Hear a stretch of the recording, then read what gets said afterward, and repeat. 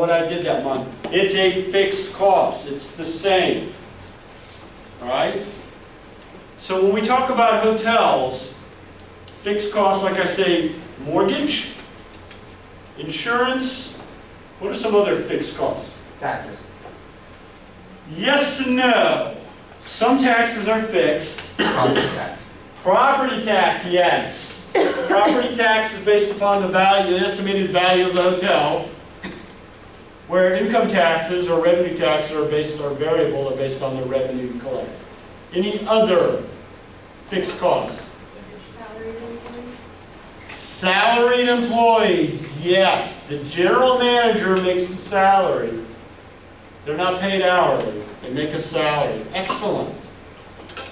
Salaried employees, What about people who get commission? No? the commission is based upon the sales percentage. Okay. So it's going to be a variable. Any other fixed costs? Rebecca, you want to weigh in on this fixed cost for a hotel? We did the mortgage, insurance, salaried employees. Don't think of anything else. If you think of anything else first. Fixed costs remain the same. In a hotel, fixed costs remain the same. Now, but if 1 unit is occupied or 1,000 units are occupied, you take your fixed costs and you divide it up by the units. Everyone understand that? Variable cost, on the other hand, rises and falls with the number of units sold. Hourly employees are variable because they are scheduled based upon the business of the hotel, high, medium, and low occupancy. So the more are occupied, what happens to the hourly labor cost? It goes up, probably, most likely. If it's very slow, what happens to it? It goes down. Accrued benefits. I was going to say that. Also your support departments, HR, engineering, there's a function of those that are going to be variable, but there's also a component that's fixed. Salary accruals, and not to get, our benefit accruals, it is basically fixed, like vacations, things like that. And so, yes. Would depreciation count as a fixed cost? Absolutely. Depreciation is based upon an estimated value of the hotel. That would be a fixed cost. Everyone understand?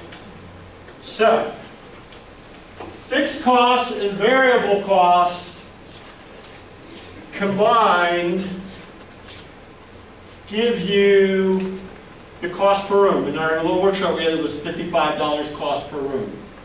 All right? Now, I want to ask you a question. And I know I told you the story about Harris Rosen who sells rooms at a loss. Take that out of the equation. Should you ever sell rooms below your total cost? No, no. No, besides the extreme circumstances. Take out that housekeeping. No, no. You're not committed. Yes or no, Matt? So aside from employees? For example, this, I'll give you an example. If, for a room, our variable cost is going to be $25, and our fixed cost is going to be $15. What does that add up to? $40. It's going to cost us $40 for an occupied room. Should we ever sell below 40? No, no, no. So it goes on all your other rates. Like if you have really high rates that offset the low ones, doesn't it? Don't overthink it. Like and then. No, no, no, no. Fell into my trap. In general, yes. If you're so desperate, you've got problems. But I can mathematically prove to you that there might be times that you would actually sell below your cost, not even taking the housekeeping out of consideration. So let's do the math. Let's say we get a $100 room rate. What's our total cost? So what's our profit? 60.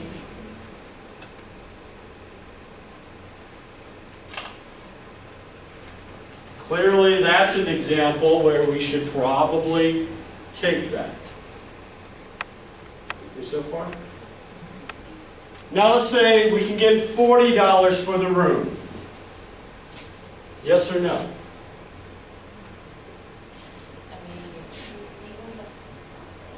You really want that occupancy, you really want that person in the room. Don't overthink it. It's break even. No. Wait, in order to break even? If it's a break even, if you're gonna get $40 for the room and your total cost is $40, what's your profit? 0. 0. Yes or no? No. Yes. Yes, because you're still hitting that break even. If your goal is to break even because you maybe haven't been or haven't been going above that, then yes. Hold that thought, Justice. unless you know that like the group is spending lots of money and, Let's see, there's more cost to it. Let's look at this. Ready? If we don't sell that room or rooms, how much revenue do we get? Nothing. 0. What do we get charged in our variable cost? 0. 0. Oh, but you still got that 15 fixed cost. So you can pay that fixed. What's our profitability on a 0 room? negative.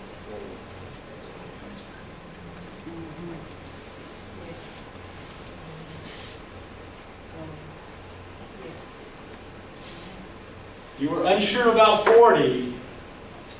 What do you think about 30? So the variable cost probably was reduced by X amount, X percentage. How much? Okay, it's $50 or $40 is your cost. Your revenue is $30. -10. What's better? Out of the two worst scenarios, losing $15 or losing $10? Should you ever sell at break even or below cost?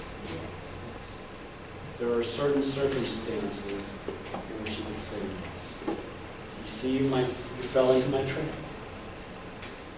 Now, this is a ludicrous example, and I would probably tell you as a general manager, for so many reasons, don't sell $30 rate. We talked about rate integrity and all of that, but if I'm just kind of trying to get from this week to next week,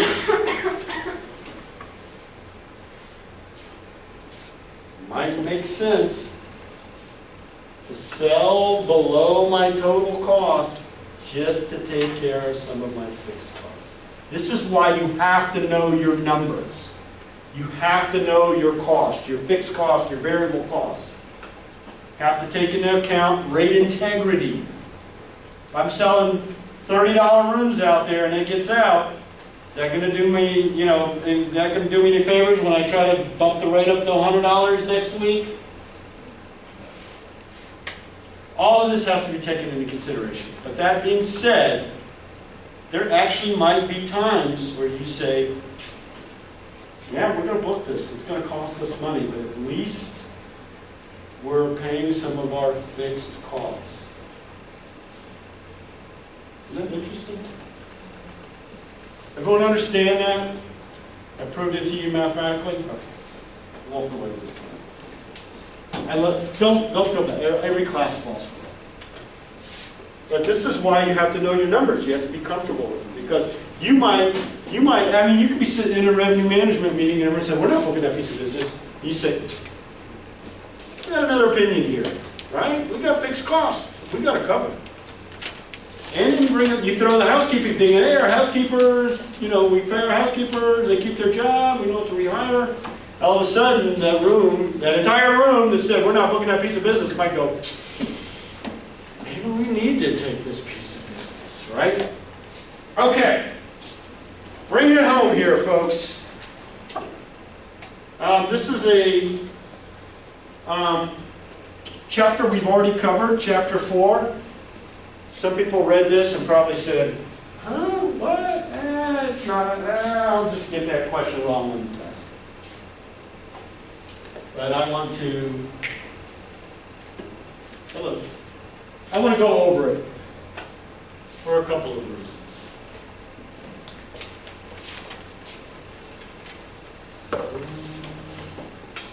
I want to go over it for a couple of reasons. Oh, here we go. Anybody remember this graph here?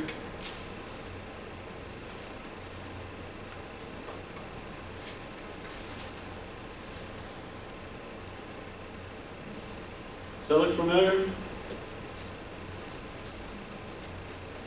Anybody understand it? Tell me what it's about. I think they have kind of it's in chapter 4, and I'm going to tell you what this is. You have a 500-room hotel, and this is the number of rooms that you sell. This is the price. This is the beginning of what's known as a price curve. It's never this simple, but for the purposes of educating you, we're going to use a simple graph. Usually it kind of goes something like this, and like this. It's almost never a straight line, but that's okay. So what this is telling us, remember we said if you sell your rooms for $1, what type of occupancy can you run? 100%. It's basically the same thing. The lower the rate, $0 to $5, you're going to fill that hotel, $500 or 500-room hotel. As the price goes up, you sell less rooms. That's what this line means. As the price goes up, you sell less rooms. Everyone with this so far? Everyone understand it? Okay. Let me just make sure I'm telling you right thing.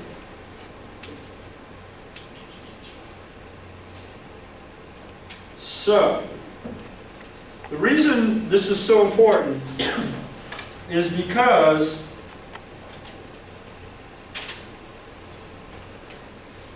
do we sell the hotel at one price now that we're great revenue managers? No, we have different prices. And there's a reason we have different prices, and it can be explained by this graph. Okay? This graph is assuming that our total cost is at $75. With me so far? Anything over $75 is a profit. So, forget everything I just showed you. It's saying, basically, don't book anything under $75. You can, you're going to do really well, but it's not really a winning strategy. Okay.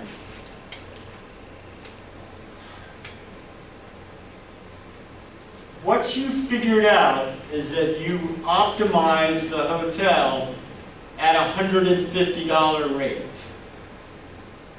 Want to see that? 150? Okay. Can anybody take a guess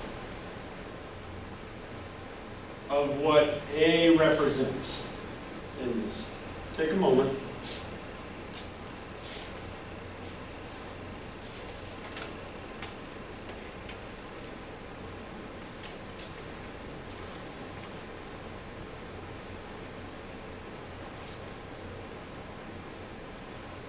It's actually the simplest form.